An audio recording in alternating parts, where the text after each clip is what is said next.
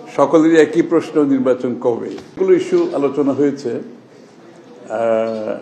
Rohingya issue আপনাদের মনে আছে বোধহয়, টার্কিশ প্রেসিডেন্টের ওয়াইফ কিন্তু প্রথম ডিগনিটারিজ বিদেশ থেকে কিন্তু আসছিল। রোহিঙ্গা ঘটনা ঘটার 2 সপ্তাহের মধ্যে ফার্স্ট কিন্তু ডিগনিটারিজ আসছিল টার্কিশ প্রেসিডেন্টের ওয়াইফ। তার আগে বাংলাদেশে কেউ আসছে নাই।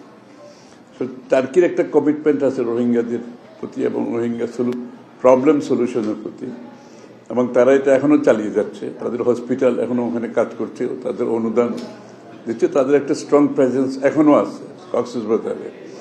এবং আগামী দিনে রোহিঙ্গা প্রবলেম সলিউশনের ব্যাপারে আমরা সবাই মিলে একসাথে কাজ করব এবং এই ব্যাপারে ওআইসি সহ আন্তর্জাতিকভাবে রোহিঙ্গা প্রবলেম সলভ করার জন্য টার্কি, বাংলাদেশ আমরা সবাই একসাথে কাজ করার জন্য আগামী দিনে এটা একটা চিন্তা আছে। এটা আশা করি আগামী দিনে আমরা করতে পারব। তারপরে আপনার নির্বাচন, বাংলাদেশের রাজনৈতিক বিষয়ে সবসময় যেটা উঠে আসে নির্বাচন কবে। সকলেরই একই প্রশ্ন, নির্বাচন কবে? তবে সেই প্রশ্নে আলোচনার পরিপ্রেক্ষিতে আমরা তো যেটা সবসময় বলে আসছি যে একটি গণতান্ত্রিক সরকার গণতান্ত্রিক অর্ডারে ফিরে না যাওয়া পর্যন্ত বিদেশিরা দেশের মধ্যে যারা স্টেক হোল্ডার আছে সবাই তো অপেক্ষা করছে একটা নির্বাচিত সরকার আসার পরে তাদের সিদ্ধান্তগুলো তারা নেবে আগামী দিনের। স্বভাবতই তাদেরও সেই ইন্টারেস্টটা আছে, তারা জানতে চাচ্ছে কবে নির্বাচন হবে। আর টার্কির সাথে আমাদের কালচারাল এক্সচেঞ্জ, তারা ঢাকা ইউনিভার্সিটিতে তাদের টার্কিশ ল্যাঙ্গুয়েজের ব্যাপারে কাজ করছে। আগামী দিনে তারা ভাবছে লং টার্মে একটা কালচারাল সেন্টার হয়তো করার ভাবনা আছে তাদের, বাট সেটা হয়তো ভবিষ্যতের জন্য আর কি।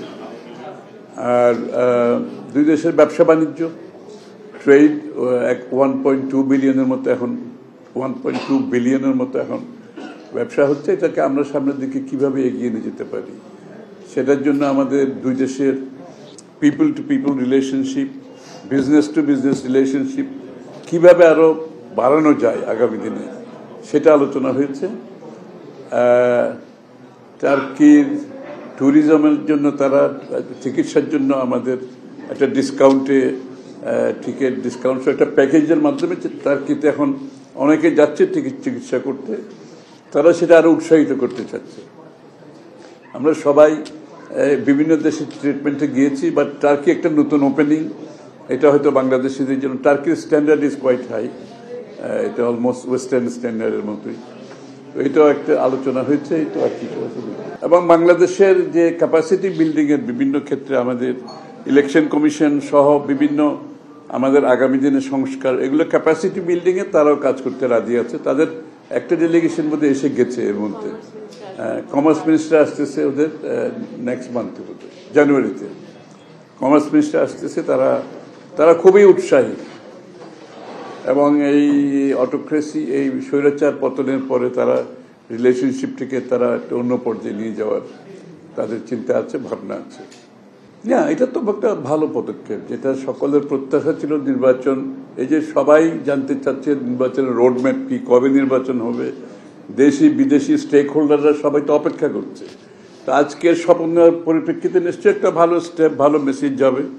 তবে শপথ নেওয়ার পরবর্তী কার্যক্রম যেগুলো আছে সেগুলো তারা আশা করি আমরা জনগণের প্রত্যাশা পূরণে সফল হবে।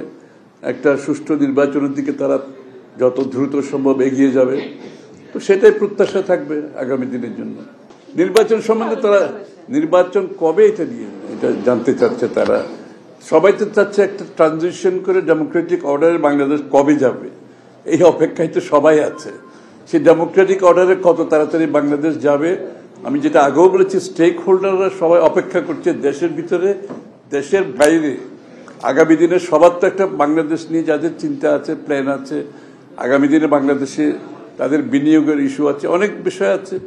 তারা অপেক্ষা করছে কবে একটা পিসফুল ট্রান্সফার করে একটা ডেমোক্রেটিক অর্ডার ফিরে আসবে, একটা নির্বাচিত সরকার, সংসদ হবে, যারা জনগণের কাছে দায়বদ্ধ থাকবে, জবাবদিহি থাকবে, এবং যার কারণে তারা আগামী দিনে যারা স্টেক হোল্ডাররা অপেক্ষা করছে তারাও সিদ্ধান্ত নিতে পারবে, এই আর কি। Thank you.